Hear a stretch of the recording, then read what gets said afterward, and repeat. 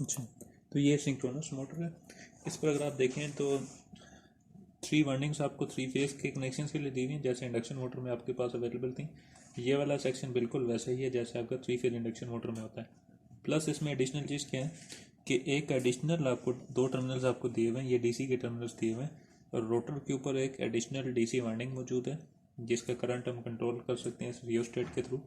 तो इनिशियली हम इस स्विच को ऑफ रखते हैं। तो जब हमने इसको as a synchronous motor operate करना है, तो सिंक्रोनस मोटर ऑपरेट करने के लिए पहले हमें इसको as a induction motor start करवाना पड़ता है। तो इंडक्शन मोटर स्टार्ट करवाने के लिए हम यहाँ पर थ्री फेज कनेक्शन देंगे इसको। और जब ये इंडक्शन मोटर के तौर पर रन करेगी तो इसकी जो स्पीड है रोटर की वो सिंक्रोनस स्पीड से कम होगी। सिंक्रोनस स्पीड इसकी 1500 आरपीएम है और ये रोटर रोटेट कर रहा होगा 1475 आरपीएम पर। फिर आपने क्या करना है कि ये स्विच क्लोज कर देना है, और स्विच क्लोज करने की वजह से रोटर की वाइंडिंग्स में करंट फ्लो होगा। यहाँ पर आपने डीसी वोल्टेज कनेक्ट करना है, ठीक है, डीसी पावर सप्लाई कनेक्ट करनी है, और इन 3 वाइंडिंग्स पर आपने एसी पावर सप्लाई कनेक्ट करनी है। तो जब आप इस स्विच को क्लोज करेंगे इससे ये होगा कि जो रोटर है उसके ऊपर एक फिक्स पोल्स, जो डीसी के फिक्स पोल्स होते हैं वो जनरेट होंगे, लेकिन चूंकि रोटर रोटेट कर रहा है तो उसका इफेक्ट भी रोटेटिंग फील्ड का आएगा। अब ये रोटर के जो पोल्स हैं और जो स्टेटर के पोल्स हैं ये आपस में मैग्नेटिकली लॉक हो जाएंगे, और इस लॉकिंग मैकेनिज्म की वजह से क्या होगा कि रोटर की स्पीड राइज करके सिंक्रोनस स्पीड के इक्वल हो जाएगी। अब जो रोटर की स्पीड है और जो सिंक्रोनस स्पीड है ये दोनों इक्वल हैं, ठीक है। तो उसकी इक्वल होने की वजह से क्या होगा कि दोनों रोटर अब 1500 आरपीएम पे रोटेट कर रहा होगा, ठीक है। और ये स्पीड मेंटेन रहेगी जब तक कि आप इस मोटर को ओवरलोड नहीं करते। तो जब आप एक्सपेरिमेंट करेंगे तो टॉर्क बढ़ाते जाएंगे, एक पॉइंट आएगा कि मोटर की स्पीड 1500 से डायरेक्टली ड्रॉप करके बहुत स्लो हो जाएगी, ठीक है। ये वो पॉइंट है जहाँ पे मोटर सिंक्रोनिज्म से बाहर निकल जाती है, ठीक है। तो आपने उसको मोटर को ओवरलोड नहीं करना। जब इसको सिंक्रोनाइज रखेंगे तो ये 1500 आरपीएम पर रोटेट करेगी। इसके इंटरनल मैकेनिज्म अगर आप चेक करें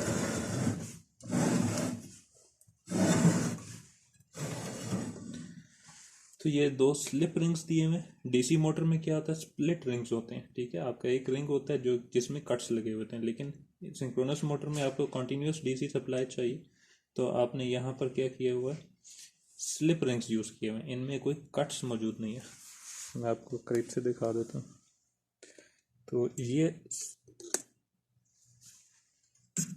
स्लिप रिंग्स हैं, ठीक है। इनके साथ कार्बन ब्रशेस लगे हैं। कार्बन ब्रशेस के थ्रू इन स्लिप रिंग्स के थ्रू जो पावर है वो रोटर की वाइंडिंग्स की तरफ जाती है। अगर आप इसके देख सकें अंदर, तो रोटर के ऊपर एक वाइंडिंग मौजूद है, ठीक है। ये 2 पोल्स जनरेट करेगा, नॉर्थ एंड साउथ पोल। ये पोल्स, इसके अलावा इसमें स्क्विरल केज भी मौजूद है, ठीक है। तो नॉर्मली ये एज इंडक्शन मोटर स्टार्ट होगी, फिर हम इसकी वाइंडिंग को डीसी वोल्टेज सप्लाई करेंगे तो ये इस मैग्नेटिक पोल्स रोटर के लॉक हो जाएंगे स्टेटर के साथ, फिर ये सिंक्रोनस स्पीड के साथ रोटेट करेगी, ठीक है। तो इसमें सेल्फ स्टार्टिंग नहीं होती। सिंक्रोनस मोटर को अगर आप डायरेक्टली वो डीसी वोल्टेज अप्लाई करेंगे रोटर के ऊपर और उसके बाद 3 फेज एसी भी अप्लाई कर देंगे स्टेटर पर, तो ये स्टार्ट नहीं हो पाएगी, ठीक है। इसके अंदर सेल्फ स्टार्टिंग नहीं होती, ये नॉकिंग करेगी, वाइब्रेट करेगी बहुत ज़्यादा। तो आपने इसको पहले इंडक्शन मोटर स्टार्ट करवाना है, उसके बाद इसको कन्वर्ट करना है सिंक्रोनस मोटर में। तो उसके लिए आपको फिर डीसी वाइंडिंग पर सप्लाई देनी पड़ेगी। अच्छा, तो ये मैंने सर्किट पैच कर लिया सिंक्रोनस मोटर के लिए। तो सर्किट में अगर आपको समझाऊं तो कनेक्शंस जो 3 फेज की वाइंडिंग्स हैं इनको हमने कनेक्ट किया हुआ है डायरेक्टली जो 3 फेज पावर सोर्स है, लेकिन वेरिएबल पावर सोर्स के साथ, ठीक है। इनके सीरीज में एम्पेयर मीटर्स भी कनेक्टेड हैं, वोल्ट मीटर्स भी कनेक्टेड हैं, ताकि हम 3 फेज की पावर मेजरमेंट्स भी ले सकें। इसी तरह जो फिक्स डीसी वोल्टेज है इसको कनेक्ट किया हुआ है डीसी वाइंडिंग के साथ। और डीसी वाइंडिंग पे आपको पता है कि स्विच भी हमारे पास अवेलेबल है, तो स्विच को मैंने ऑफ पोजीशन में रखा हुआ है। और यही जो डीसी वाइंडिंग है इसका करंट भी हम मेजर कर रहे हैं, एम्पेयर मीटर के थ्रू कनेक्टेड है। इसके साथ हमने बेल्ट के थ्रू कपल किया हुआ है डायनामो को। तो डायनामो आपको पहले मैं दिखा चुका हूँ, वो मैनुअल था, ये डिजिटली कंट्रोल्ड डायनामो है। फंक्शनैलिटी दोनों की एक जैसी है। इसमें भी आपको नज़र आएंगे कि ये स्पीड और टॉर्क मेजरमेंट्स के लिए इन्होंने आउटपुट दी हुई हैं, और ग्राउंड की आउटपुट है ये हमने डाटा एक्विजिशन के साथ कनेक्ट की हुई है। और इसके अलावा जो इसकी कंट्रोल स्विच है इसको हमने डायनामो पर रखा हुआ है। इसके साथ जो एडिशनल ऑप्शन है इसमें पावर सप्लाई की ऑप्शन है, वो भी हम यूज़ कर सकते हैं, लेकिन हम अभी डायनामो पर रखेंगे। डिजिटल डिस्प्ले में आपको नज़र आ रहा होगा डिफरेंट फंक्शंस हैं जो कि हम इस डायनामो के थ्रू इम्प्लीमेंट कर सकते हैं। तो अभी हमने जो फंक्शन रखा हुआ है वो ब्रेक वाला सेलेक्ट किया हुआ है, क्योंकि हम मोटर के ऊपर टॉर्क इंड्यूस टॉर्क लोड बढ़ाकर चेक करना चाहते हैं कि मोटर सिंक्रोनिज्म से कब हटेगी या सिंक्रोनस मोटर इंडक्शन मोटर में वापस कन्वर्ट कब होगी। ठीक है, तो हम वहाँ से टॉर्क कंट्रोल कर सकते हैं। तो सबसे पहले तो मैंने आपको बताया था कि जब आपने इंडक्शन मोटर को सिंक्रोनस मोटर को जब आपने स्टार्ट करना है तो वो एज आ इंडक्शन मोटर स्टार्ट होगी, और फिर आपने इसको कन्वर्ट करना है सिंक्रोनस मोटर में। ठीक है, तो स्पीड आप देखिएगा यहाँ पर,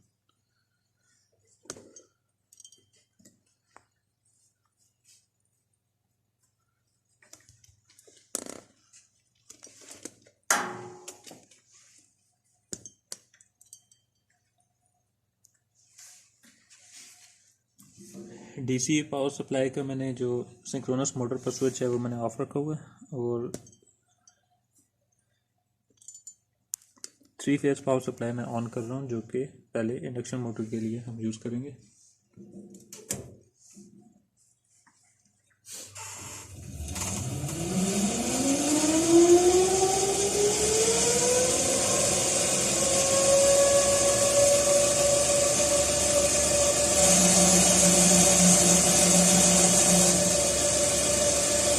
तो इंडक्शन मोटर हमारी चल रही है अभी 1450 आरपीएम पर। ठीक है, ये मोटर अभी एज आ इंडक्शन मोटर ऑपरेट कर रही है, क्योंकि हमने डीसी वाइंडिंग का स्विच अभी क्लोज नहीं किया। तो जैसे ही मैं डीसी वाइंडिंग का स्विच क्लोज करूंगा तो इसकी रोटर की स्पीड राइज करके सिंक्रोनस स्पीड के बराबर हो जाएगी। ठीक है, तो अभी आप देखिएगा कि स्पीड इसकी 1455 है। तो जैसे ही मैं डीसी वाइंडिंग का स्विच क्लोज करूंगा स्पीड आपकी राइज करके 1500 के करीब पहुंच जाएगी।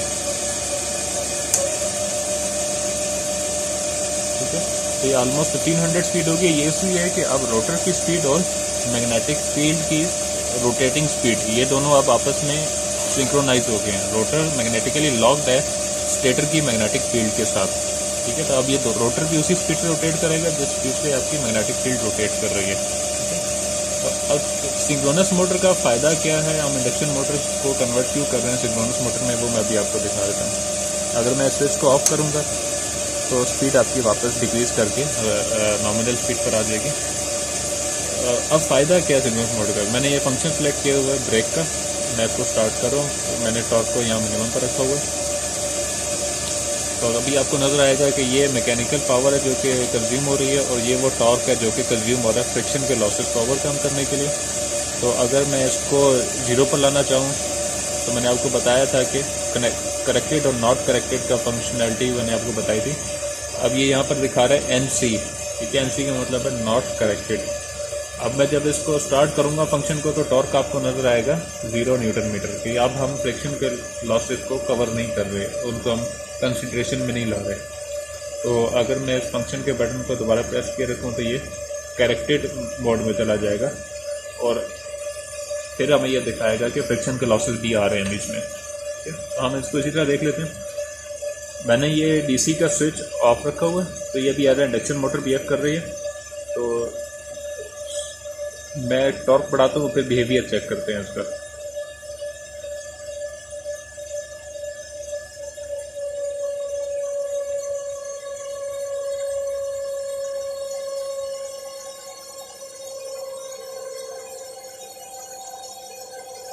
तो आपने देखा जैसे मैंने टॉर्क बढ़ाया तो स्पीड इसकी डिक्रीज होती चली गई है। ठीक है, मजीद टॉर्क बढ़ाऊंगा तो स्पीड इसकी डिक्रीज होकर बिल्कुल कम पर मिनिमम पर चल जाएगी। जैसे आपने 3 फेज इंडक्शन मोटर का एक्सपेरिमेंट किया था तो उस पर आपने देखा था कि जैसे हम लोड बढ़ाते जाते हैं तो स्पीड डिक्रीज करती जाती है, फिर आपके पास ब्रेकडाउन रीजन आता है और फिर रोटर टॉर्क आ जाता है, मिनिमम टॉर्क जो हमने वो भी ऑब्जर्व किया था। ठीक है, तो ये बिल्कुल सेम वैसा ही बिहेवियर आपको शो करेगा।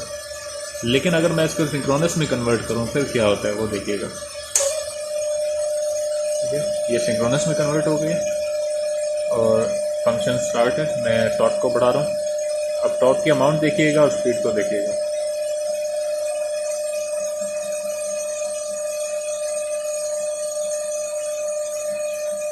टॉर्क मैंने बढ़ाया लेकिन स्पीड कांस्टेंट है, स्पीड डिक्रीज नहीं कर रही। रोटर और स्टेटर की फील्ड अभी भी आपस में सिंक्रोनाइज्ड है। और फिर अचानक से क्या हुआ है, इसको दोबारा से देखें।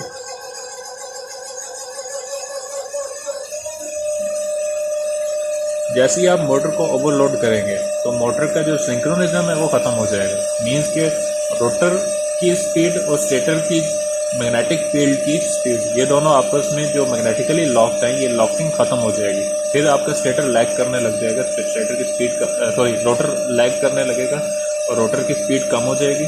अब क्योंकि आपने लोड कनेक्ट किया हुआ है तो ये जब ये सिंक्रोनिज्म ख़त्म होगा तो ये सिंक्रोनस मोटर नहीं रहेगी, फिर ये कन्वर्ट हो जाएगी इंडक्शन मोटर में। और क्योंकि आपने लोड कनेक्ट किया हुआ है इंडक्शन मोटर की, तो कैरेक्टरिस्टिक्स यही है कि जब आप उसके साथ लोड कनेक्ट करेंगे तो स्पीड डिक्रीज करेगी। तो उसी वजह से जैसे ही सिंक्रोनिज्म से बाहर रही मोटर, स्पीड आपकी डिक्रीज कर जाएगी। ठीक है, इसको दोबारा देख लें।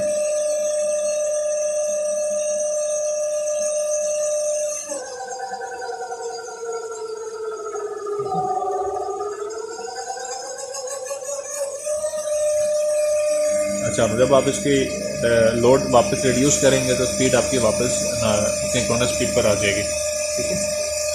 अच्छा, ये अगर आपने नोट किया हो कि जो टॉर्क था जिस पर ये सिंक्रोनिज्म ख़त्म हो रही है, मोटर सिंक्रोनस से वापस कन्वर्ट हो रही है इंडक्शन में, इसको हम कहते हैं पुल आउट टॉर्क। ठीक है, ये वो टॉर्क है जिस टॉर्क पर जाकर आपका सिंक्रोनिज्म ख़त्म हो जाता है।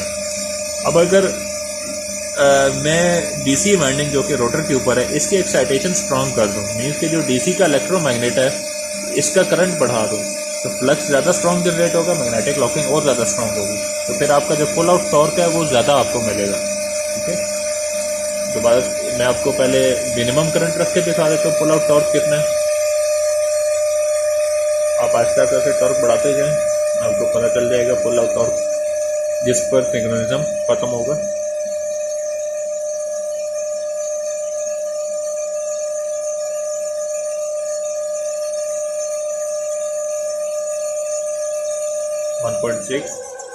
ऑलमोस्ट 1.64 पर जाकर आपकी मोटर का सिंक्रोनिज्म खत्म हो गया।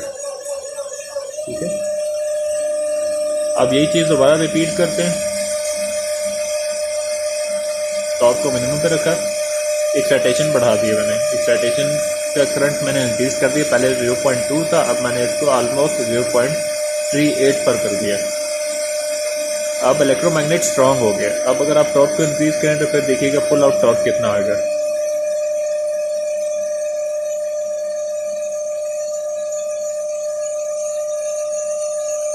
वन 1.6 का फैक्टर हमने क्रॉस कर लिया, जो कि हमने पहले पुल आउट टॉर्क ऑब्जर्व किया था। मजीद अगर टॉर्क बढ़ाएं तो तब भी मोटर की सिंक्रोनिज्म खत्म नहीं हो रही।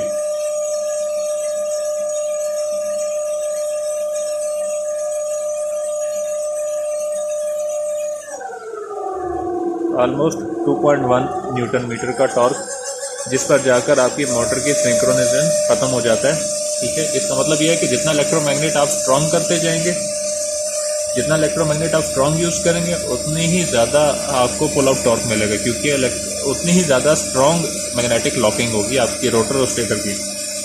तो अब मैं करंट को, इलेक्ट्रोमैग्नेट के करंट को इंक्रीज करके मैक्सिमम पर ले गया। ठीक है, 0.5 एम्पीयर। और दोबारा से टॉर्क फंक्शन स्टार्ट करें और टॉर्क बढ़ाना शुरू करें।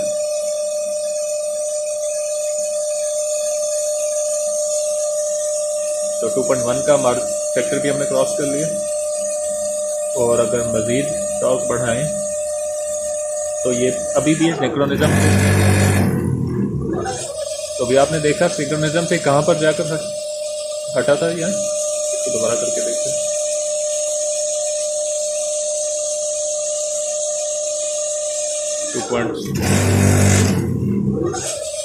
2.7 न्यूटन मीटर पर जाकर आपने देखा होगा अभी कि 2.7 न्यूटन मीटर पर जाकर आपको पुल आउट टॉर्क मिल रहा है। ठीक है, आपकी मोटर आउट ऑफ सिंक हो जाती है रोटर और स्टेटर से। अब ये चूँकि टॉर्क इतना ज़्यादा है कि जब आपकी मोटर सिंक्रोनस से इंडक्शन में कन्वर्ट होती है तो वो ओवरलोड हो जाती है, और वो लॉक रोटर टॉर्क की वजह से बिल्कुल उसकी स्पीड डिक्रीज कर जाती है। ठीक है, तो आपकी जितना ज़्यादा एक्साइटेशन स्ट्रांग होगी, पुल आउट टॉर्क उतना ज़्यादा आपको मिलेगा, और उतनी ही ज़्यादा जल्दी मोटर की स्पीड डिक्रीज करेगी जब वो सिंक्रोनिज्म से हटेगी। ठीक है, तो ये आपका सिंक्रोनस मोटर का ऑपरेशन है।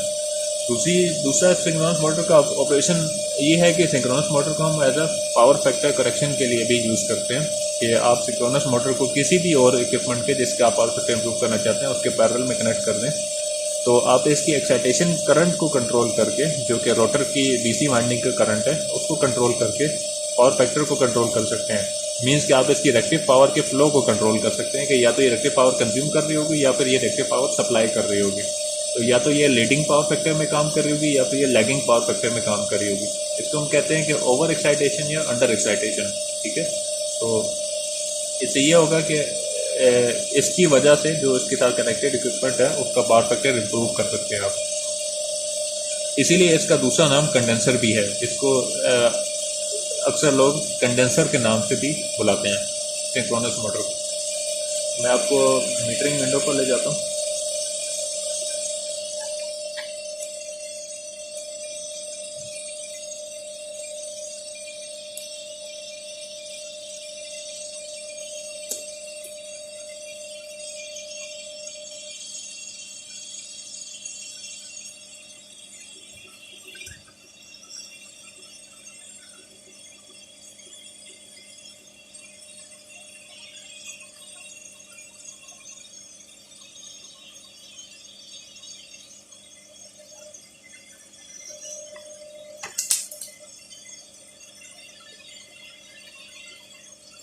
अच्छा, इसमें अभी आप देखें तो I1 जो मीटर है ये करंट दिखा रहा है डीसी वाइंडिंग का।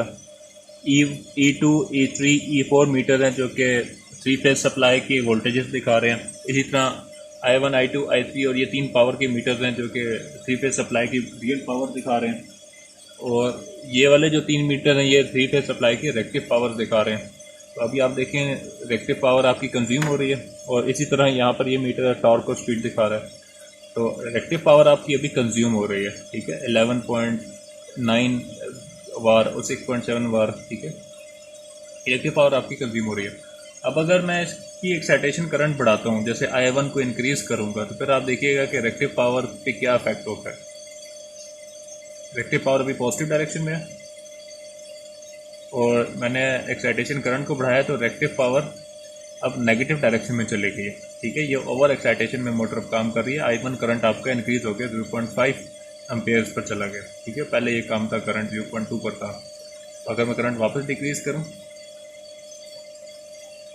तो आपकी रेक्टिव पावर डिक्रीज हो रही है और रेक्टिव पावर को आप 0 पर भी रोक सकते हैं।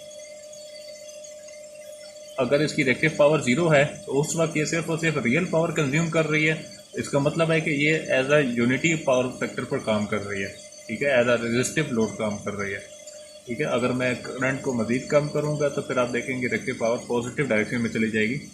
और पॉजिटिव डायरेक्शन का मतलब ये है कि अब रेक्टिव पावर कंज्यूम कर रही है, एज अ लोड काम कर रही है। नेगेटिव डायरेक्शन में होगी तो ये रेक्टिव पावर सप्लाई कर रही होगी।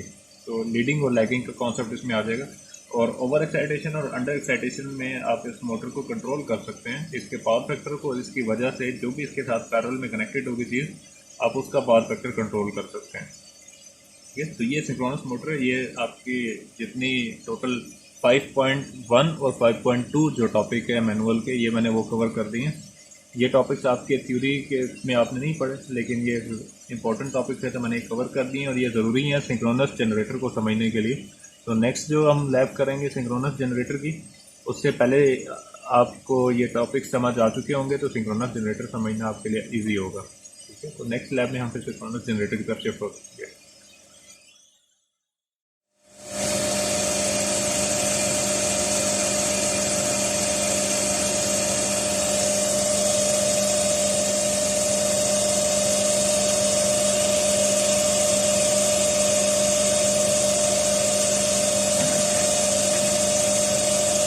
अच्छा, आपने जब इंडक्शन मोटर जब आपने सिंक्रोनस मोटर को पावर ऑफ करना है, पावर ऑफ करने के लिए सबसे पहले आपने क्या करना है कि जो डीसी सप्लाई दे दी आपने वाइंडिंग को, सबसे पहले आपने वो रिमूव करनी है। ठीक है, जो एक्साइटेशन आपने दी हुई है रोटर पर,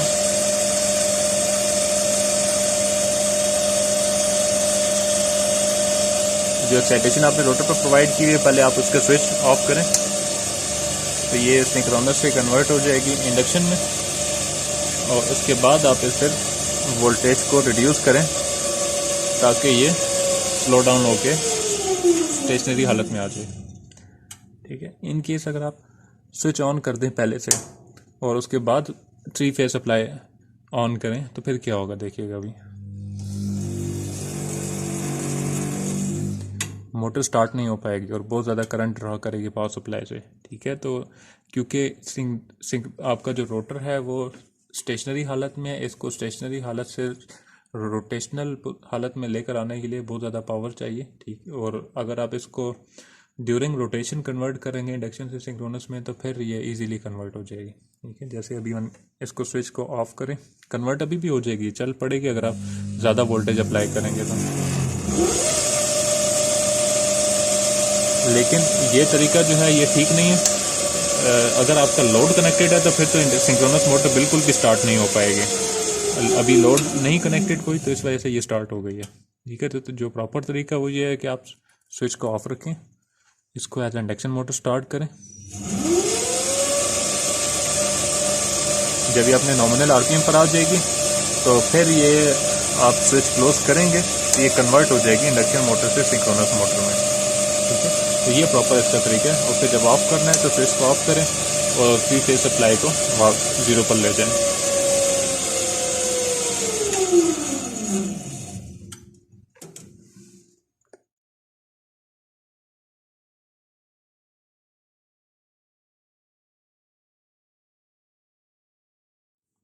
अस्सलाम वालेकुम। अच्छा, तो आज जो हम लैब कर रहे हैं वो है सिंक्रोनस जनरेटर। सिंक्रोनस मोटर का मैंने पहले लेक्चर अपलोड कर दिया था, या मैं इसी वीडियो के साथ मैं ज्वाइन कर दूंगा। तो सिंक्रोनस मोटर और जनरेटर की कंस्ट्रक्शन जो है वो सेम है। रोटर के ऊपर डीसी वाइंडिंग मौजूद होती है, साथ ही स्क्विरल केज भी मौजूद होता है सिंक्रोनस मोटर में। और स्टेटर पर 3 फेज वाइंडिंग्स मौजूद होती हैं जो कि 120 डिग्री फिजिकली हमने डिस्टेंस करके प्लेस की हुई हैं। और जब हमने इसको मोटर पर चलाना होता है तो हम उसको पहले एज ए इंडक्शन मोटर चलाते हैं और फिर रोटर पर डीसी वोल्टेज अप्लाई कर देते हैं तो वो कन्वर्ट हो जाती है सिंक्रोनस मोटर में। ठीक है, ये हम पहले कवर कर चुके हैं। और फिर हमने जब इससे आउटपुट लेनी हो, जब हमने इसको एज ए जनरेटर ऑपरेट करना हो, तो मैंने आपको बताया था कि जनरेशन के 2 ही प्रिंसिपल हैं। या तो आप वाइंडिंग को फिक्स करके फ्लक्स को रोटेट करवा दें, ठीक है, या फिर फिक्स फ्लक्स जनरेट करके, फिक्स पोल्स जनरेट करके वाइंडिंग को रोटेट करवाते हैं। तो बात एक ही है। तो इसमें हम क्या कर रहे हैं कि रोटर के ऊपर हम डीसी वोल्टेज अप्लाई कर रहे हैं, वही वाइंडिंग जो रोटर के ऊपर मौजूद है उस पर हम डीसी वोल्टेज अप्लाई कर रहे हैं, तो वो इलेक्ट्रोमैग्नेट बनेगा, उसके फिक्स पोल्स जनरेट होंगे। और फिर हम इसी रोटर को रोटेट करवा रहे हैं प्राइम मूवर के थ्रू। तो उससे क्या होगा कि रोटर रोटेट करेगा तो स्टेटर पर जो फ्लक्स का इंटरेक्शन है वो ऐसे ही होगा जैसे कोई रोटेटिंग फील्ड जनरेट हो रही है, रोटेटिंग फील्ड इंटरेक्ट कर रही है स्टेटर के साथ। तो स्टेटर पर वाइंडिंग्स 120 डिग्री अपार्ट हमने प्लेस की हुई हैं, तो स्टेटर के ऊपर जो वोल्टेज जनरेट होगी वो भी 3 फेज वोल्टेज जनरेट होगी, क्योंकि 3 वाइंडिंग्स मौजूद हैं, 3 फेज की वाइंडिंग्स मौजूद हैं और उनका जो फेज एंगल लगा वो 120 डिग्री होगा तीनों फेजेस का आपस में। ठीक है, और फेज सीक्वेंस मैटर नहीं करता, चाहे हम इसको क्लॉकवाइज रोटेट करें चाहे एंटी क्लॉकवाइज रोटेट करें। अच्छा, अब हम अभी यहाँ पे कनेक्शन जो किए हुए मैं वो आपको पहले दिखा देता हूँ कि सबसे पहले तो डीसी वोल्टेज अप्लाई की हुई है। ठीक है, ये डीसी वोल्टेज मैंने कनेक्ट की हुई है इसके रोटर की वाइंडिंग्स के साथ, और स्टेटर की जो वाइंडिंग्स हैं यहाँ से मैं अब आउटपुट ले रहा हूँ। सिंक्रोनस मोटर में हम यहाँ पर 3 फेज कनेक्ट करते थे, लेकिन यहाँ पर मैंने क्या किया, वाई कनेक्शन में आउटपुट ले रहा हूँ। तो ये जो 3 वायर्स आपको नज़र आ रही हैं रेड वाली, यहाँ से मैं कनेक्शन लेकर लोड को पावर सप्लाई कर रहा हूँ, रेजिस्टिव लोड को। ठीक है, 3 फेज रेजिस्टिव मॉड्यूल कनेक्टेड है।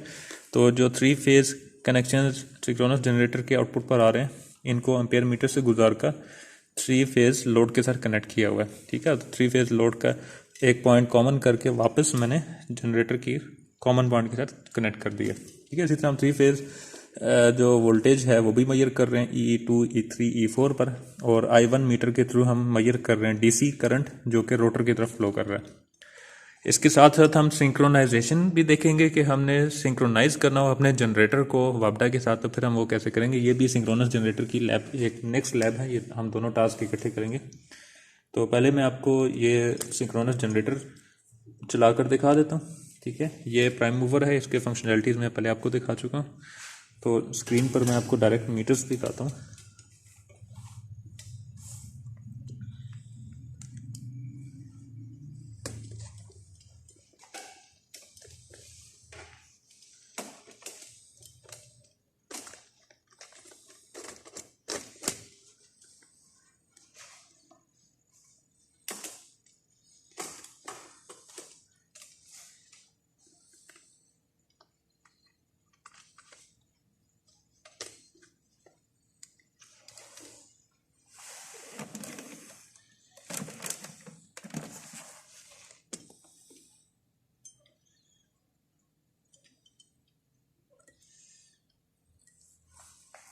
तो स्क्रीन पर आपको नज़र आ रहा है कि E1 मीटर कनेक्टेड नहीं है क्योंकि हम E1 पर कुछ वोल्टेज मेजरमेंट नहीं ले रहे। I1 मीटर जो है वो डीसी वोल्टेज डीसी करंट दिखा रहा है जो कि रोटर की वाइंडिंग में फ्लो करेगा। E2, E3, E4 ये हमें 3 फेज वोल्टेजेस दिखा रहे हैं जो कि हम जनरेट कर रहे हैं। इसी तरह I2, I3 और I4 3 फेज करंट है जो कि 3 फेज लोड की तरफ फ्लो करेगा। उसी तरह उनकी हम रियल पावर और रिएक्टिव पावर मेजर कर रहे हैं और साथ ही साथ हम एक ही फेज़ की फ्रीक्वेंसी भी मेजर कर रहे हैं। अभी ये आपको रैंडम वैल्यू दिखा रहा है क्योंकि पावर ऑफ है, तो किसी एक फेज़ की जो हम जनरेट कर रहे हैं उसकी फ्रीक्वेंसी भी मेजर कर रहे हैं, तो तीनों फेजेस की फ्रीक्वेंसी सेम होगी। ठीक है, इसी के साथ साथ अगर आप टॉर्क और स्पीड भी मेजर करना चाहें तो उनके मीटर भी हम ऑन कर लेंगे। ठीक है, तो ये टॉर्क और स्पीड का मीटर भी कनेक्ट कर लिया। तो सबसे पहले मैं इसको एज सिंक्रोनस जनरेटर ऑपरेट करके दिखाता हूँ। तो सब मैंने पावर सप्लाई का स्विच ऑन किया, इसके साथ क्या किया कि डीसी सप्लाई अप्लाई कर देनी है रोटर के ऊपर। मैंने आपको सिंक्रोनस मोटर में बताया था कि आपने डीसी सप्लाई का स्विच ऑन नहीं करना, पहले उसको एज इंडक्शन मोटर चलाना है। लेकिन जनरेटर के केस में आपने सबसे पहले क्या करना है कि डीसी सप्लाई का स्विच ऑन कर दें। ठीक है, तो आपको नज़र आएगा कि I1 करंट इंक्रीज हो गया डीसी में। इसके बाद आप इस रोटर को रोटेट करवाना शुरू कर दें।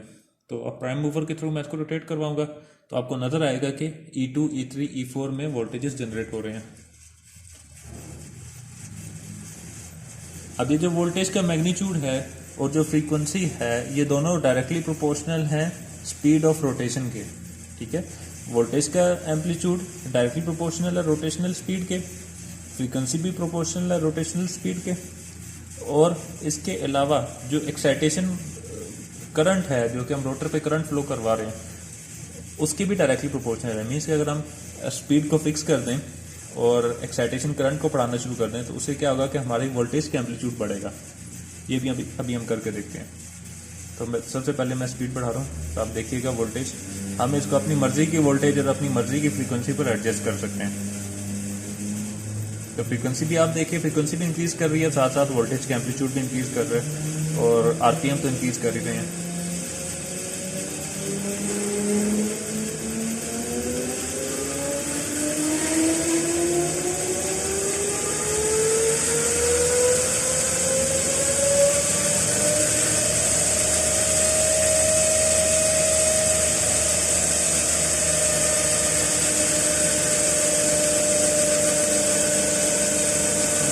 तो अभी मैंने जितनी स्पीड रखी हुई है, जितने स्पीड से मैं रोटर को रोटेट करवा रहा हूँ उस पर मुझे 212 वोल्ट मिल रहे हैं तीनों फेजेस पर और 49.9 फ्रीक्वेंसी मिल रही है। स्पीड मुझे मिल रही है 1494 और एक्साइटेशन करंट इस टाइम जो मेरा फ्लो कर रहा है वो है 0.284। तो E2, E3, E4 इनके साथ अभी मैंने लोड कनेक्ट नहीं किया तो इसलिए यहाँ पर करंट 0 शो कर रहा है। ठीक है, तो अब लेट्स सपोज मैं लोड कनेक्ट करता हूँ। तो लोड कनेक्ट करने से क्या होगा कि एक तो इनकी तरफ करंट फ्लो करेगा, दूसरा सिंक्रोनस जनरेटर के ऊपर लोड बढ़ रहा है, तो लोड बढ़ने की वजह से उसकी फ्रीक्वेंसी ड्रॉप करेगी और वोल्टेज की एम्पलीट्यूड भी ड्रॉप करेगी, जिसको वोल्टेज रेगुलेशन कहते हैं। यही चीज़ हम पहले भी देख चुके हैं ट्रांसफॉर्मर्स में, वोल्टेज रेगुलेशन। रेजिस्टिव लोड लगाएंगे तो तब भी वोल्टेज ड्रॉप करेंगे, कैपेसिटिव लोड लगाएंगे तो वोल्टेज इंक्रीज करेंगे, इंडक्टिव लोड लगाएंगे तो तब भी वोल्टेज ड्रॉप करेंगे। तो कैपेसिटिव लोड में वोल्टेज रेगुलेशन नेगेटिव थी, इसमें भी नेगेटिव आएगी, रेजिस्टिव लोड में पॉजिटिव आएगी और इंडक्टिव लोड में भी पॉजिटिव आएगी। लेकिन फ्रीक्वेंसी का जो इफेक्ट है कि फ्रीक्वेंसी किस में सबसे ज़्यादा ड्रॉप करेगी, फ्रीक्वेंसी सबसे ज़्यादा ड्रॉप करेगी रेजिस्टिव लोड में, क्योंकि इंडक्टिव और कैपेसिटिव लोड में फ्रीक्वेंसी का ड्रॉप आपको इतना ज़्यादा नज़र नहीं आएगा, सिर्फ और सिर्फ जो उनकी इंटरनल रेजिस्टेंस है उनकी वजह से आपको ड्रॉप नज़र आएगा थोड़ा सा, लेकिन वो भी नेग्लेजिबल है। मीन्स कि हम for the sake of experiment हम इग्नोर कर सकते हैं। तो उनमें ड्रॉप कम क्यों है, रेजिस्टिव में ड्रॉप ज़्यादा क्यों है? तो उसकी रीज़न ये है कि जो रेजिस्टिव और कैपेसिटिव है ये लोड्स होते हैं, ये रिएक्टिव कंपोनेंट्स होते हैं, ये पावर को कंज्यूम नहीं करते। आइडियल कंडीशन में ये पावर को कंज्यूम नहीं कर रहे होते, ये सिर्फ और सिर्फ एनर्जी को स्टोर करते हैं और रिटर्न सप्लाई कर रहे होते हैं। इसकी वजह से आइडियल कंडीशन में इनकी कोई इंटरनल रेजिस्टेंस नहीं होती। जब इंटरनल रेजिस्टेंस नहीं है तो ना वोल्टेज ड्रॉप करेंगे ना ही फ्रीक्वेंसी ड्रॉप करेंगे। ठीक है, लेकिन चूंकि एनर्जी स्टोरेज का काम कर रहे हैं तो कैपेसिटिव में एनर्जी आपको ज़्यादा रिटर्न जब होती है तो वो वोल्टेज आपको ज़्यादा मिल जाता है। अच्छा, मैंने स्पीड को फिक्स रखा हुआ है, मैं एक्साइटेशन करंट को बढ़ाता हूँ। तो अब आप देखिएगा I1 आपका इंक्रीज होगा, इसके साथ साथ वोल्टेज पर क्या इफेक्ट आएगा।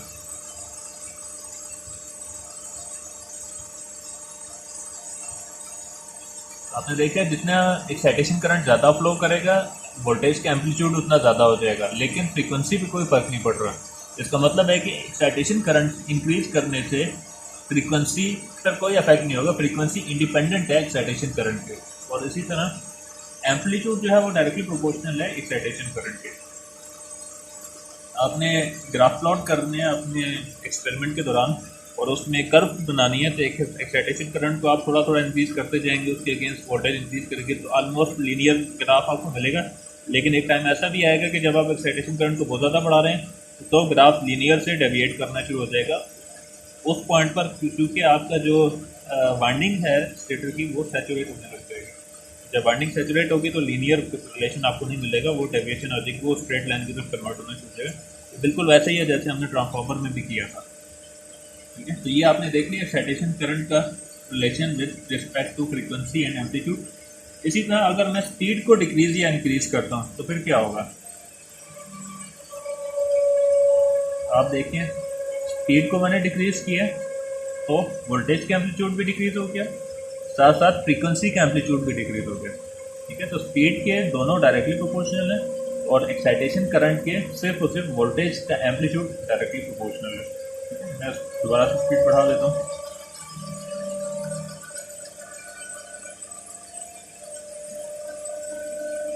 तो आपने एक टास्क में, तो जो फर्स्ट आपका टास्क है सिंक्रोनस जनरेटर का, उसमें यही देखना है कि रिलेशन क्या है वोल्टेज और स्पीड का विद रिस्पेक्ट टू वोल्टेज और फ्रीक्वेंसी का with respect to excitation current and with respect to frequency. अब अगर मैं लोड इंक्रीज कर रहा हूँ, रेजिस्टिव लोड जो मैंने कनेक्ट किया हुआ है इनकी वैल्यूज मीन्स कि मैं रेजिस्टिव लोड कनेक्ट करता जा रहा हूँ पैरेलल में, इससे क्या होगा, अब करंट देखिएगा आपका करंट इंक्रीज करेगा। ठीक है, करंट इंक्रीज कर रहे हैं, वोल्टेज डिक्रीज कर रहे हैं, फ्रीक्वेंसी डिक्रीज कर रही है। ठीक है, पावर आपकी इंक्रीज होगी है, जो हम पावर आउटपुट ले रहे हैं वो 46 वाट्स अभी अब हम पावर आउटपुट ले रहे हैं। रिएक्टिव पावर 0 है Q1 Q2 में। ठीक है, Q3 में वो गार्बेज वाली दिखा रहा है, आई थिंक वो उसकी वायर सही कनेक्टेड नहीं है। लेकिन बहरहाल क्योंकि हमने रेजिस्टिव लोड लगाया हुआ है तो रेजिस्टिव लोड के केस में सिर्फ और सिर्फ रियल पावर कंज्यूम हो रही है, रिएक्टिव पावर 0 है। और फ्रीक्वेंसी आपने देखा है कि फ्रीक्वेंसी ड्रॉप कर गई है। अब मैंने अगर दोबारा से वोल्टेज का एम्पलीट्यूड वापस नॉमिनल वोल्टेज पर लेकर आना है और फ्रीक्वेंसी को नॉमिनल पर लेकर आना है तो मुझे क्या करना पड़ेगा, फिर स्पीड को बढ़ाना पड़ेगा। तो मैं दोबारा से जब स्पीड बढ़ाऊंगा, फ्रीक्वेंसी मेरी राइज कर रही है और जितनी मेरी रिक्वायर्ड फ्रीक्वेंसी है 50 हर्ट्ज, वहाँ पर जाकर मैं स्टॉप कर दूँगा। वोल्टेज को बढ़ाना है तो वोल्टेज बढ़ाने के लिए फिर मुझे क्या करना पड़ेगा, एक्साइटेशन करंट को बढ़ाना पड़ेगा। और मैं एक्साइटेशन करंट को बढ़ाऊँगा तो मेरी वोल्टेज का एम्पलीट्यूड बढ़ रहा है, 220 वोल्ट तक हम इसको ले जाएंगे और फिर स्टॉप कर देंगे।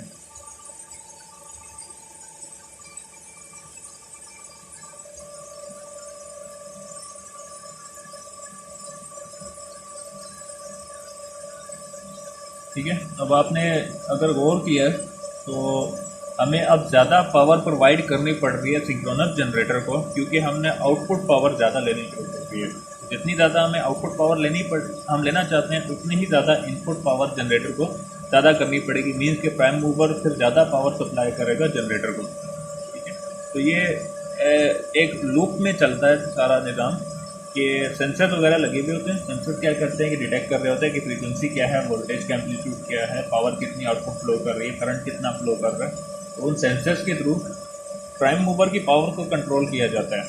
ठीक है, और वो प्राइम मूवर की पावर को इस तरह से कंट्रोल किया जाता है कि हर वक्त आपकी फ्रीक्वेंसी 50 हर्ट्ज ही फिक्स रहे, वो ड्रॉप ना करे, और वोल्टेज का एम्पलीट्यूड 220 फिक्स रहे। अगर फ्रीक्वेंसी ड्रॉप कर रही है तो स्पीड को बढ़ा देंगे, एम्पलीट्यूड ड्रॉप कर रहा है तो एक्साइटेशन को बढ़ा देंगे।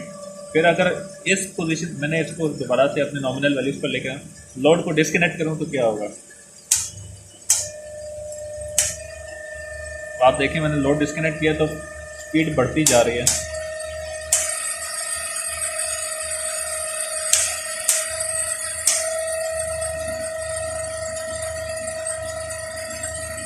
स्पीड बढ़ रही है, मैंने लोड को डिस्कनेक्ट किया और वोल्टेज का एम्पलीट्यूड भी ज़्यादा हो गया।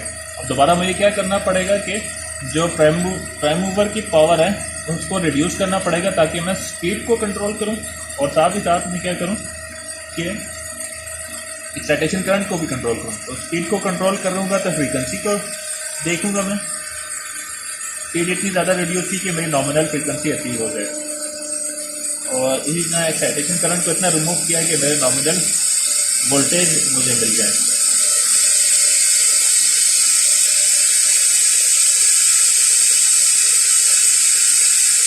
ठीक है, तो मुझे 220 वोल्ट मिल गया और 50 हर्ट्ज मुझे तकरीबन फ्रीक्वेंसी मिल गई। इस तरह से इसको कंट्रोल किया जाता है स्पीड को।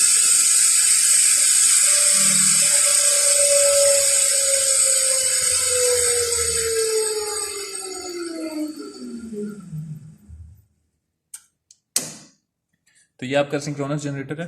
आपने जो टास्क परफॉर्म करने हैं उसमें एक तो आपने रिलेशन वेरीफाई करना था फ्रीक्वेंसी और वोल्टेज के amplitude with respect to excitation current and speed. दूसरे टास्क में आपने वोल्टेज रेगुलेशन चेक करनी है, और तीसरे टास्क में आपने वोल्टेज एंड फ्रीक्वेंसी रेगुलेशन दोनों आपने चेक करनी है।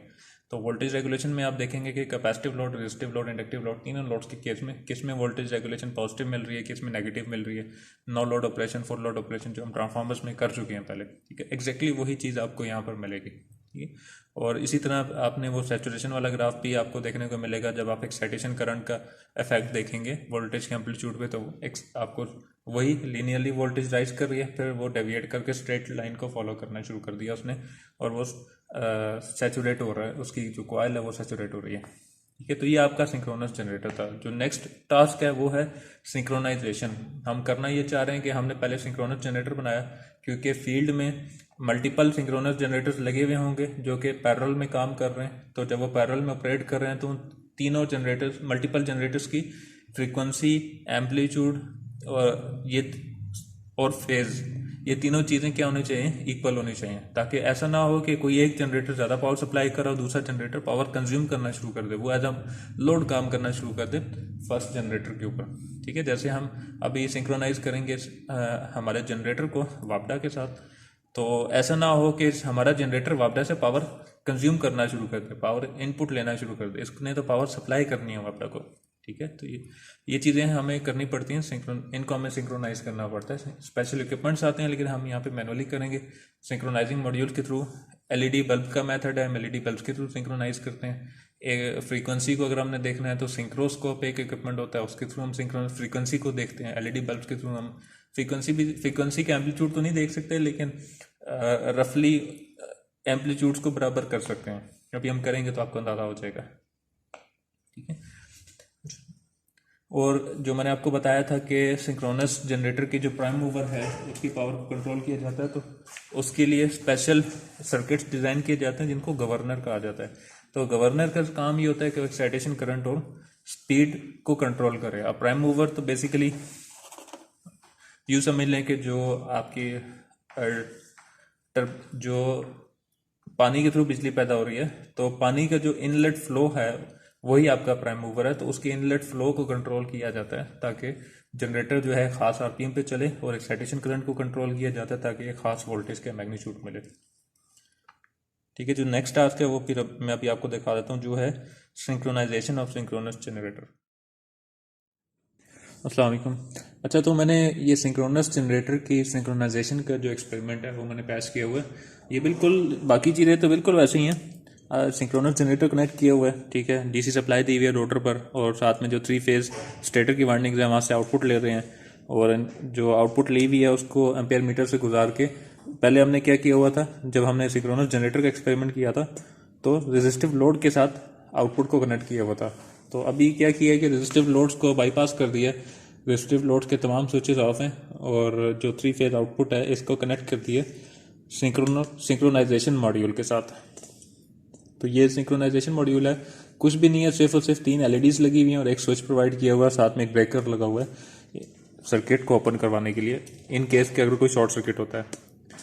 तो अब ये काम क्या करेगा, इसके ऊपर आपको 6 टर्मिनल्स नजर आ रहे हैं। ठीक है, 3 एलईडीज लगी हुई हैं। ठीक है, हर एलईडी एक फेज वापडा का और एक फेज सिंक्रोनस जनरेटर का, उसके बीच में एक एलईडी लगी होगी। ठीक है, तो 3 एलईडीज लगी हुई हैं, तो 3 फेजेस को ये आपस में कंपेयर कर रही हैं। ठीक है, मींस के पोटेंशियल डिफरेंस मेजर कर रही है वापडा के बीच में और सिंक्रोनस जनरेटर के आउट फेज के बीच में। तो ये जो 3 वायर्स आपको नजर आ रही हैं, ये 3 वायर्स सिंक्रोनस जनरेटर के 3 फेजेस हैं, और जो ऊपर वाले 3 वायर्स हैं ये वापडा के 3 फेजेस हैं। तो जब मैं स्विच ऑन पावर ऑन करूंगा तो इनिशियली इस स्विच को मैंने ऑफ रखना है। ये स्विच क्या करेगा, इन दोनों को आपस में कनेक्ट कर देगा, शॉर्ट कर देगा। तो मैंने इनिशियली इसको ऑफ रखना है और जब मैं पावर ऑन करूंगा वापडा की सप्लाई इन 3 पॉइंट्स पर आ जाएगी और सिंक्रोनस जनरेटर रन कर रहा होगा तो उसकी सप्लाई इन 3 पॉइंट्स पर आ जाएगी। अगर तो ये दोनों फेज, ये वाले दोनों फेज और इसी तरह ये वाले दोनों फेज इन फेज हुए और साथ में इनका एम्पलीट्यूड और इनकी फ्रीक्वेंसी भी एग्जैक्टली मैच हुई तो इनकी जो रिस्पेक्टिव एलईडीज हैं वो ऑफ रहेंगी। लेकिन अगर इनके दरमियान में फेज डिफरेंस हुआ या फिर एम्पलीट्यूड का डिफरेंस हुआ या फिर फ्रीक्वेंसी का डिफरेंस हुआ तो ये एलईडीज ग्लो करेंगी। और अगर ये एलईडीज ग्लो कर रही हैं, तीनों LEDs at the same time glow कर रही हैं, तो इसका मतलब है कि तीनों फेज जो आपने लीड्स कनेक्ट की हुई हैं वापडा की और जनरेटर की, ये इन फेज हैं, सिर्फ और सिर्फ इनके फ्रीक्वेंसी और एम्पलीट्यूड का डिफरेंस है। तो फिर हम उसकी फ्रीक्वेंसी सेट करेंगे प्राइम मूवर की स्पीड को एडजस्ट करके और एम्पलीट्यूड सेट करेंगे फिर हम इसके एक्साइटेशन करंट को कंट्रोल करके, ठीक है। और अगर एलईडीज रैंडमली ब्लिंक कर रही हैं तो इसका मतलब ये है कि आपने जो फेज सीक्वेंस है वो गलत कनेक्ट किया हुआ है। फिर आप कोई से भी दो फेजेस को आपस में इंटरचेंज करेंगे, उससे ये होगा कि आपका फेज सीक्वेंस रीसेट हो जाएगा और फिर ये LEDs at the same time blink कर रही होंगी। फिर उसके बाद दोबारा से आप वही काम करेंगे कि स्पीड एडजस्ट करेंगे और एक्साइटेशन करंट को कंट्रोल करेंगे, ठीक। तो मीटरिंग विंडो पर मैं बाद में ले जाऊंगा आपको, पहले मैं इसकी एडजस्ट करके दिखाता हूँ ये कैसे एडजस्ट करते हैं। तो मैंने पावर ऑन कर दिया, 3 फेज सप्लाई यहाँ तक पहुँच गई है, ठीक है। इन तीनों एलईडीज पर डीसी वोल्टेज का स्विच मैंने ऑन कर दिया एक्साइटेशन करंट के लिए और अब मैंने इसको रोटेट करवाना है प्राइम मूवर के थ्रू सिंक्रोनस जनरेटर को।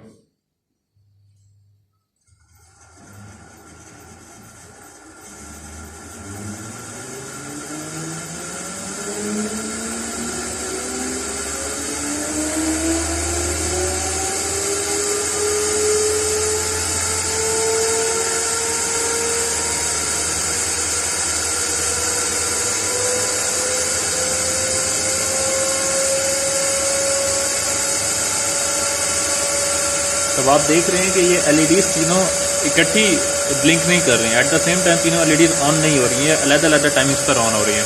इसका मतलब ये है कि आपने फेजेस जो है वो गलत लगाए हुए हैं, फेज सीक्वेंस आपके सेम नहीं है जनरेटर के और वापडा के। तो इसको ठीक करना है तो आप पावर ऑफ करके एलईडीज कोई से भी दो फेजेस को इंटरचेंज करें, या वापडा की तरफ या फिर जनरेटर की तरफ, उसके बाद दोबारा से रिपीट करें।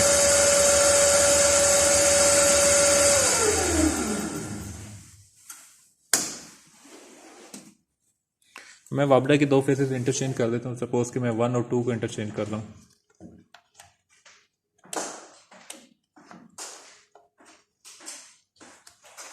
दोबारा से पावर ऑन करके देखते हैं।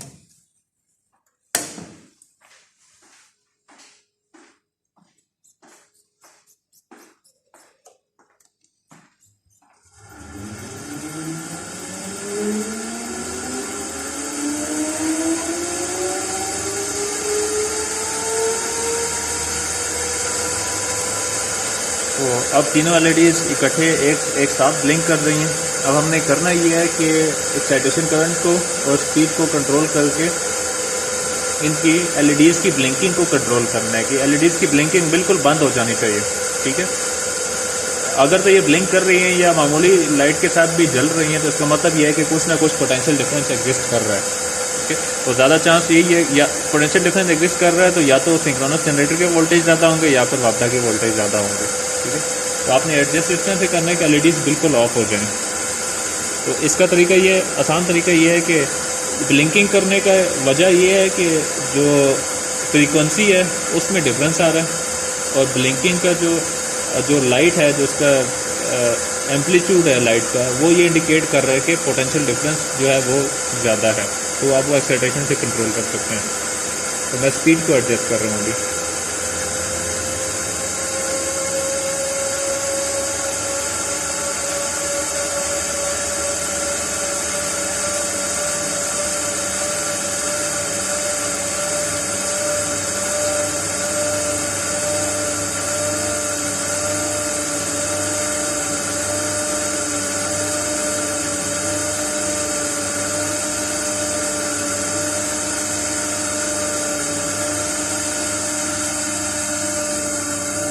तो आपने इसको इस तरह से एडजस्ट करना है कि ब्लिंकिंग आपकी बिल्कुल ही ज़ीरो हो जाए।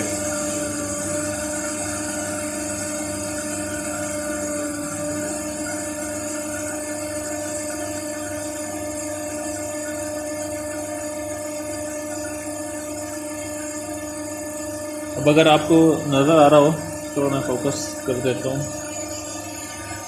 ये एलईडीज ऑन है लेकिन अब ये ब्लिंक नहीं कर रही है। इसका मतलब ये है कि वापडा की फ्रीक्वेंसी और जनरेटर की फ्रीक्वेंसी मैच हो गई है, लेकिन जो एम्पलीट्यूड है वो डिफरेंस है। दोनों की एम्पलीट्यूड में डिफरेंस आ रहा है। तो अब आपको नज़र आ रहा होगा कि जो एलईडीज हैं वो ब्लिंक नहीं कर रही क्योंकि फ्रीक्वेंसी दोनों की एग्जैक्टली सेम हो गई है। अगर मैं मीटरिंग विंडो में आपको दिखाऊं तो 50 हर्ट्ज आपको नज़र आएगा यहाँ पर। अगर इस पोजीशन से थोड़ी सी भी स्पीड ज़्यादा या कम करूँगा तो फ्रीक्वेंसी चेंज हो जाएगी और ब्लिंकिंग स्टार्ट हो जाएगी दोबारा से।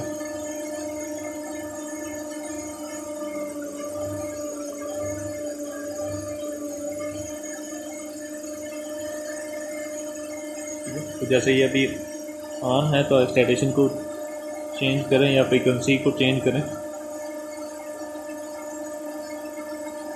तो मैंने इस लाइट को ऑफ करने के लिए क्या किया, एक्साइटेशन करंट को बढ़ाया। उससे क्या होगा कि सिंक्रोनस जनरेटर के वोल्टेज ज़्यादा हुए और वो ज़्यादा वोल्टेज होने की वजह से पोटेंशियल डिफरेंस जो था वो ख़त्म हो गया वापडा में और जनरेटर में। ठीक है, उसकी वजह से अब हमारी जो एलईडीज हैं वो ऑफ हो गई हैं। अब हम कह सकते हैं कि हमारे जो वापडा के फेजेस हैं और जो जनरेटर के फेजेस हैं ये एग्जैक्टली सिंक्रोनाइज्ड हैं, एग्जैक्टली एक दूसरे के साथ मैच कर रहे हैं। इस पोजीशन में मैं अब इस स्विच को क्लोज कर सकता हूँ।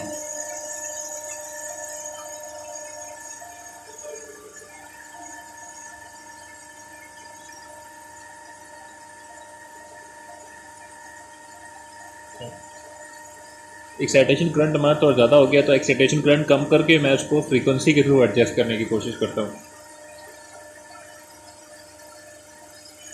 एलईडीज ऑन है और फ्रीक्वेंसी को मैं एडजस्ट करूँगा ताकि मेरी एलईडीज ऑफ हो जाएं। दोनों तरीके से आप कर सकते हैं। स्पीड भी बढ़ाएंगे तो उससे क्या होगा कि एम्पलीट्यूड भी वोल्टेज का उससे भी बढ़ेगा, जैसे मैंने पहले आपको बताया था। थोड़ी सी फ्रीक्वेंसी ज़्यादा हो गई है।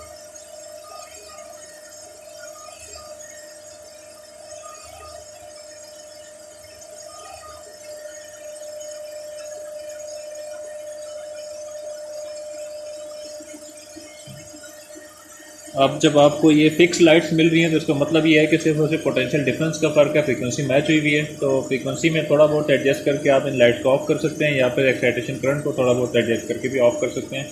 तो हमारा एक्साइटेशन करंट थोड़ा ज़्यादा फ्लो करने लग जाता है तो हम इस फ्रीक्वेंसी को एडजस्ट करेंगे ताकि ऑफ हो जाए।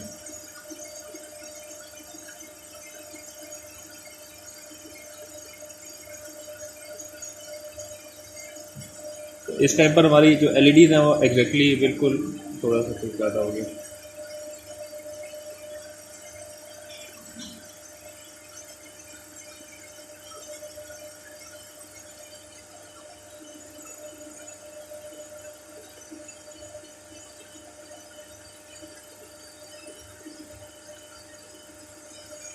अच्छा, तो जब आपकी एलईडी ऑफ हो जाए उसके बाद आप इस स्विच को क्लोज पोजीशन पर ले जाएं ताकि उससे क्या होगा कि ये दोनों लाइंस आपस में शॉर्ट हो जाएंगी और इनके शॉर्ट होने की वजह से वापडा और जनरेटर आपस में पैरेलल में हो जाएंगे। ठीक है, और जब ये पैरेलल में हो जाएंगे फिर हम जनरेटर से वापडा की तरफ पावर सप्लाई कर सकते हैं। और अगर मैं फिर चले मैं आपको करके एक दफ़ा बताता हूँ। ठीक है, मैंने स्विच को क्लोज कर दिया। अब जनरेटर और वापडा जो हैं वो आपस में सिंक्रोनाइज हो गए हैं या एक दूसरे के साथ पैरेलल में काम कर रहे हैं। और मीटरिंग विंडो पे अगर देखें यहाँ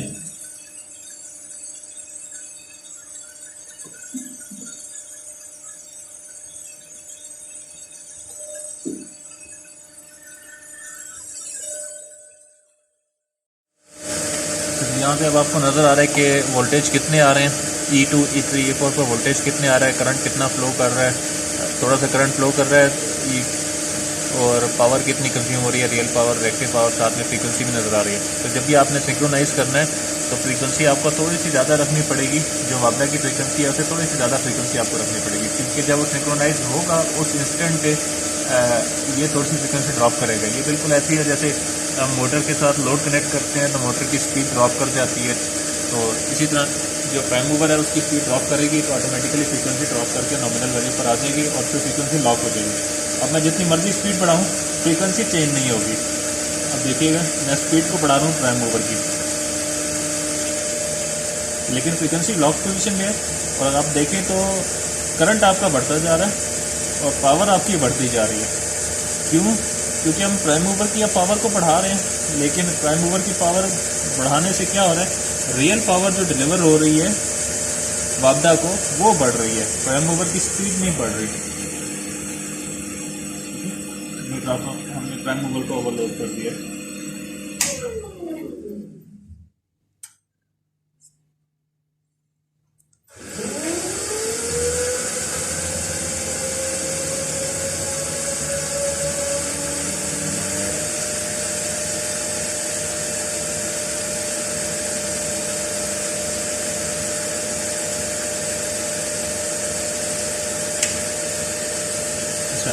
तो फ्रीक्वेंसी आपकी अब फिक्स हो गई है, क्योंकि स्पीड अब आपकी नहीं बढ़ रही। अब आप जितनी मर्जी प्राइम मूवर की इनपुट पावर को बढ़ाते जाएं, अब इससे क्या होगा कि आप वापडा की तरफ रियल पावर सप्लाई कर रहे हैं, उसका मैग्नीट्यूड जो डिलीवर्ड पावर है उसका मैग्नीट्यूड आप बढ़ाते जा रहे हैं। ठीक है, जैसे कि मैं स्पीड को बढ़ा रहा हूँ लेकिन स्पीड बढ़ नहीं रही, पावर डिलीवर्ड जो है वो बढ़ रही है, उसका एम्पलीट्यूड बढ़ रहा है। अगर आप इसको एनालॉग मीटर पर देखें, डायरेक्शनल मीटर पर, तो आपको नज़र आएगा कि ये पावर डिलीवर हो रही है। मीटर की जो नीडल है वो राइट साइड पे है। अगर मैं इसकी स्पीड को डिक्रीज़ करूं तो फिर देखिएगा ये नीडल डिफ्लेक्ट होके लेफ्ट साइड पर जाएगी, क्योंकि आपने इसकी स्पीड कम कर दी। अब ये जनरेटर नहीं रहा, अब ये लोड बन गया। अभी एज अ लोड है, ये पावर कंज्यूम कर रहा है वापडा से। ठीक है, तो आपने इसको ऐसे रखना है, सिंक्रोनाइज पोजीशन में अगर आपने इसको रखना है तो ये आइडियली तौर पर पावर इसकी ज़ीरो होनी चाहिए। ठीक है, कि ना ये पावर ले रहा है ना ये पावर डिलीवर कर रहा है। लेकिन फिर जब आप इसके थ्रू पावर डिलीवर करना चाहते हैं तो आपको प्राइम मूवर की इनपुट पावर को बढ़ाना पड़ेगा, और फिर आप देखेंगे कि पावर जो कंजप्शन है वो ज़्यादा बढ़ रही है, नीडल की डिफ्लेक्शन जो है वो राइट साइड पर जा रही है। ठीक है, सपोज हम इसको एक जगह पर रोक देते हैं। और अब हम बात करते हैं रेक्टिव पावर की। रेक्टिव पावर में आपको नज़र आ रहा है कि ये पावर कंज्यूम हो रही है, थोड़ी सी नेगेटिव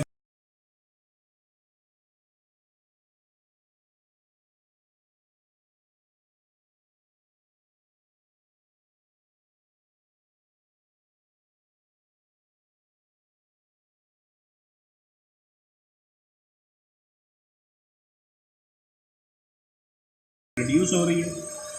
ठीक है, अब आप कह सकते हैं कि जो रेक्टिव पावर है वो ये वापडा से कंज्यूम कर रहा है, क्योंकि नेगेटिव डायरेक्शन में है। नेगेटिव ये इंडिकेट कर रहा है कि पावर ये वापडा से ले रहा है। हमने क्या करना है कि हम रियल पावर और रेक्टिव पावर दोनों को इंडिविजुअली कंट्रोल कर सकते हैं कि कितनी हम डिलीवर करना चाहते हैं। ठीक है, हम सिंक्रोनस जनरेटर को किसी भी चीज़ के साथ पैरेलल में कनेक्ट करें तो उसके पावर फैक्टर को इम्प्रूव कर सकते हैं रियल पावर या रेक्टिव पावर अकॉर्डिंगली डिलीवर करके। अगर उसका एक्सेसिव रियल पावर चाहिए हम उसको रियल पावर ज़्यादा सप्लाई करेंगे प्राइम मूवर की इनपुट पावर को बढ़ाकर।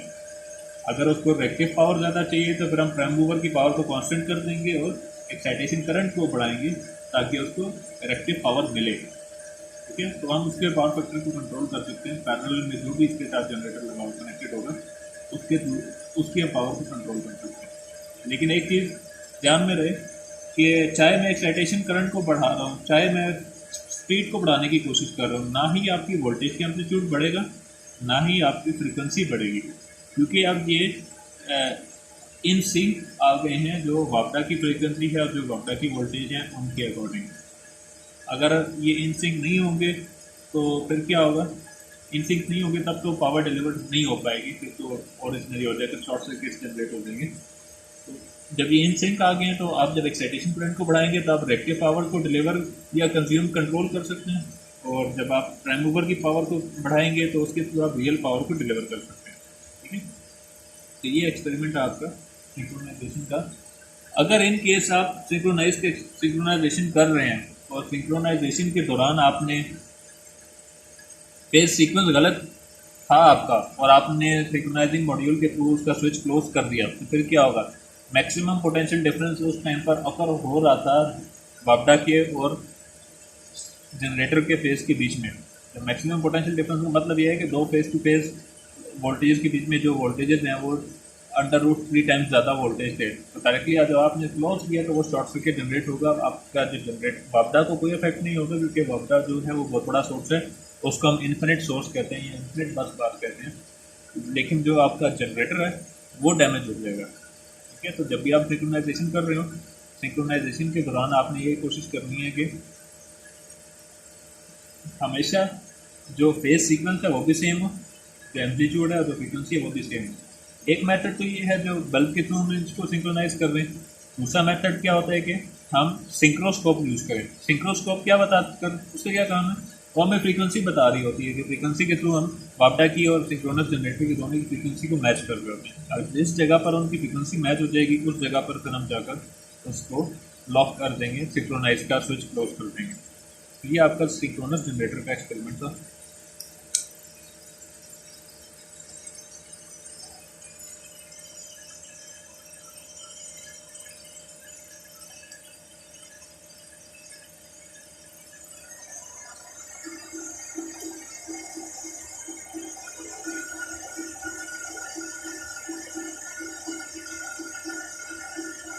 इस वक्त ये इन सिंक चल रहे हैं, तो अगर मैं इसको रिमूव करूंगा, सिंक्रोनाइजेशन को ख़त्म करूंगा, तो फिर क्या होगा। एलईडीज़ तो आपको जलती हुई नज़र आ जाएंगी, लेकिन स्पीड पर और फ्रीक्वेंसी पर क्या इफेक्ट पड़ेगा, वोल्टेज के मैग्नीट्यूड पे क्या इफेक्ट होगा अगर मैं इस पोजीशन पे इसको सिंक्रोनाइजेशन से हटाऊं, वो मैं आपको दिखा देता हूँ।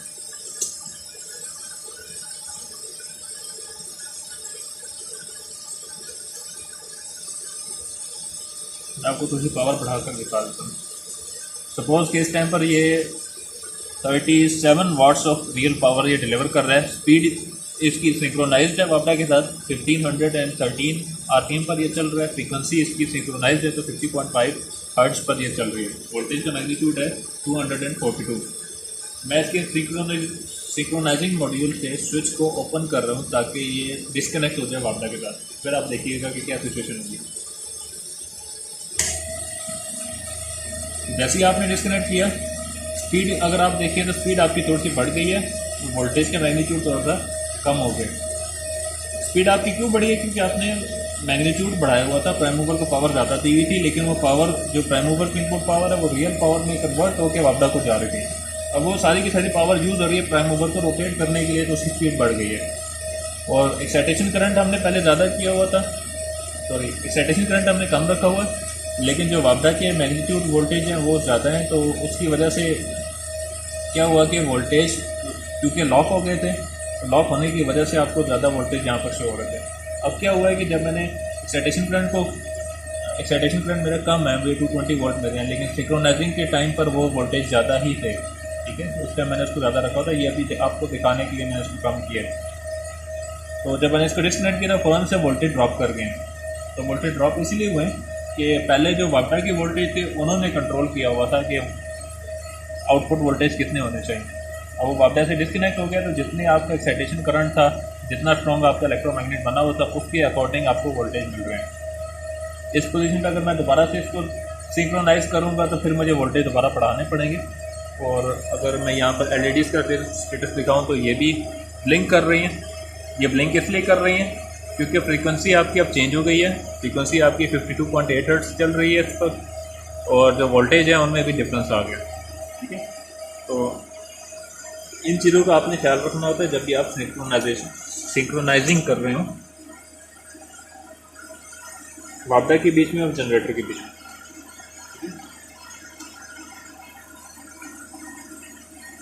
मुझे करना क्या है कि इसको ऑफ कर दें। अब जब मैं इसको ऑफ करूँगा तो सब कुछ डिस्कनेक्ट हो जाएगा। जब आपने एक्सपेरिमेंट कर लिया तो उसके बाद आप सबसे पहले आपने ये स्विच ऑफ करना है। स्विच ऑफ करने के बाद जनरेटर की स्पीड को स्लो करें, बिल्कुल 0 पर ले आएँ।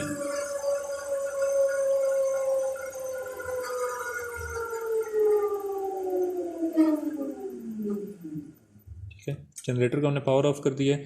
जो डीसी एक्साइटेशन आपने दी हुई है उसको पावर ऑफ कर दिया, और उसके बाद फिर 3 फेज सप्लाई को ऑफ करते हैं वापडा की। तो ये आपका एक्सपेरिमेंट था, सिंक्रोनस जनरेटर सिंक्रोनाइजेशन।